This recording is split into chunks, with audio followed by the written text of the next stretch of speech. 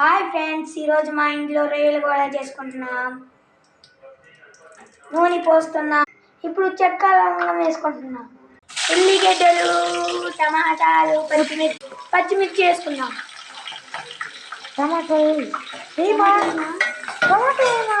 టమాటా వేసేసుకున్నాం. ఇప్పుడు ఉడకబెట్టిన రొయ్యలు వేసుకుంటున్నాం. చాలా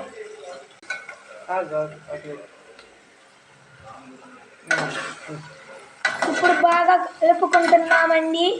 మీరు కూడా ఇలాగే చేయాలి. భలే వచ్చింది టేస్ట్. ఇప్పుడు చిటికెడు పసుపు వేసుకుంటున్నాం. రుచికి సరిపడా ఉప్పు వేసుకుంటున్నాం. 2 స్పూన్ల అల్లం వెల్లుల్లి పేస్ట్ వేసుకోవాలి. కొంచెం వేగనించినాము. వెల్లుల్లి పేస్ట్ అయిపోయిన తర్వాత కొంచెం టేస్ట్